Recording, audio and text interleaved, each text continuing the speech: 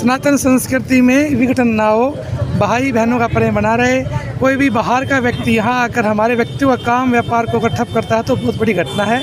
ये कुछ मात्रा में आते हैं फिर बहुत बड़े हो जाते हैं। कोरोना बीमारी से भी भयानक बीमारी है ये, क्योंकि जनसंख्या घटता बढ़ता है तो उस संस्कृति को, उस राष्ट्र को कहीं ना कहीं बहुत बड़ा खतरा है। आप अगर देखेंगे विश्व के बहुत से देश हैं, चाहे ये कुछ एक पंथी थे, अब ये बहुत मात्रा में हो गए हैं। देखिए 72 डेज इनके हो चुके हैं।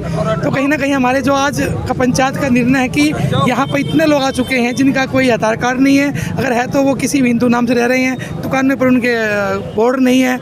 और लव जिहाद का किस्सा और गौ मास इत्यादि की भी छोटी काशी है भिवानी, इसमें भी अगर ऐसा कार्य हो रहा है तो हम जैसे हिंदुओं का यहाँ पर बड़ा मूर्खतापन व्यवहार है कि हम उनके साथ उनका व्यवहार उनका साथ दे रहे हैं, उनसे व्यवहार कर रहे हैं। तो पंचायत का ये फैसला और ये आगे चलती रहेगी कि जागो, पहले काम अपने हाथ का काम उसी को दे जो अपना यहाँ पे मूल निवासी है, उसको तो काम है नहीं और बाहर के लोग आ गए हैं। तो यहाँ कम से कम 10 से 12 हज़ार मजदूर बिना काम के हो गए।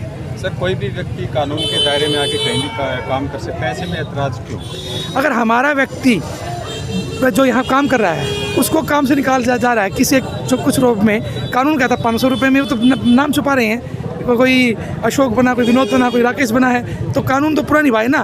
क्या जरूरी है यहीं पे हमारे व्यापारी एक व्यक्ति के पास लेके आया, कानून के तहत ही कार्रवाई हो।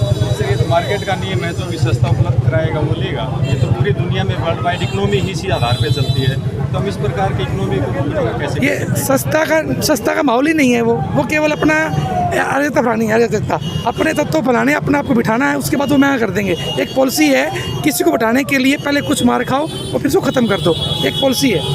देख सर, आपने अभी स्पीच दी तो मोदी जी का जो कहना है जो है, मोदी जी का पॉलिटिक्स विषय है, ये हमारा सनातन विषय है, हम अपने सनातन विषय में बात करो आप। मोदी को और किसी पॉलिटिक्स में ना लेके आओ। कुछ लोग इस पंचायत को चुनाव से लेकर भी जोड़ रहे हैं। भाई देखो, आपके माध्यम से बाबा जी हूँ, मैंने चुनाव लड़ना नहीं, मैं खुद राजा हूँ, मेरे मठ की प्रतिष्ठा और मैं श्री महंतो जूना खड़ेगा जिसके अंदर 35 लाख का सन्यासी है, उसका एक मत श्री महंतो इस युवावस्था में। मुझे जरूरत नहीं है वोट गिरने की, लेकिन अपना राष्ट्र बचने की, अपना सनातन संस्कृति की और अपने जो हिंदुत्व की बातें हैं वो रखने की।